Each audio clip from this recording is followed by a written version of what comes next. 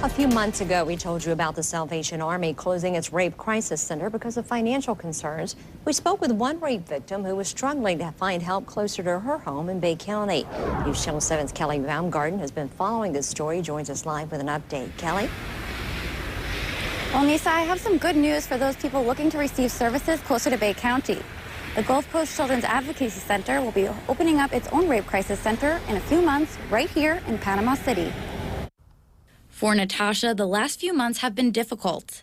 When we last spoke with her, she was struggling to find a ride to the closest rape crisis center, which is in Fort Walton Beach. She got that ride when someone saw her on News Channel 7, but she says it's still been difficult to get the help that she needs. We were approached by the Florida Council Against Sexual Violence in regards to the current need for services for adult and adolescent victims. The Gulf Coast Children's Advocacy Center will take over running a rape crisis center. The Salvation Army ran the last one, but closed last summer due to a lack of funding. Lori Allen, executive director of the CAC, says the need for a center here is critical. There are hundreds of sexual assaults that are reported to local law enforcement within our 6-county jurisdiction. We're actually looking at providing those services for all 6 counties, not just Bay County. Natasha is currently working on relocating.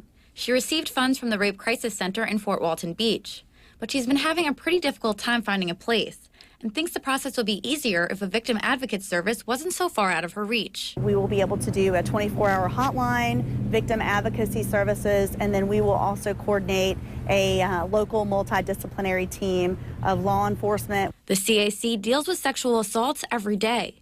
Allen says 44% of the children they saw in 2014 were victims of sexual assault, so they believe they are highly qualified to help adults too. We feel like we have the right experience, and of course our victim advocates and family advocates a lot of times are very responsible and are able to help stabilize victims and families at time of crisis.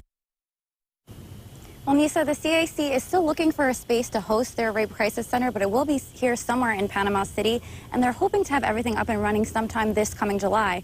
And Natasha tells me she's really looking forward to seeing this center come up and running because she still feels like there's a lot of services that she's missing out on. Nisa, back to you. All right, thanks, Kelly.